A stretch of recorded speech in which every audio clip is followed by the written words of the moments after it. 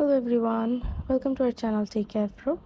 Hope you all are doing great. So today I'm going to show you how to use Threads on iPhone. So first go to your App Store and then on your App Store search for Threads and then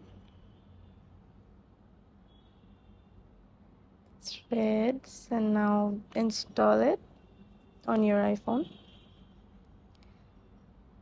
and then go to your Threads app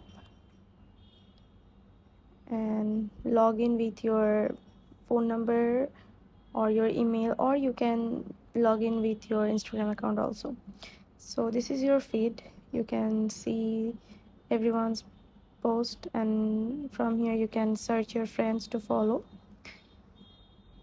This is your search and follower list, and on the third one you can post threads over here, and on the fourth one is your activity that your from here you can see your replies, mentions or quotes or reposts. So and this one is your profile.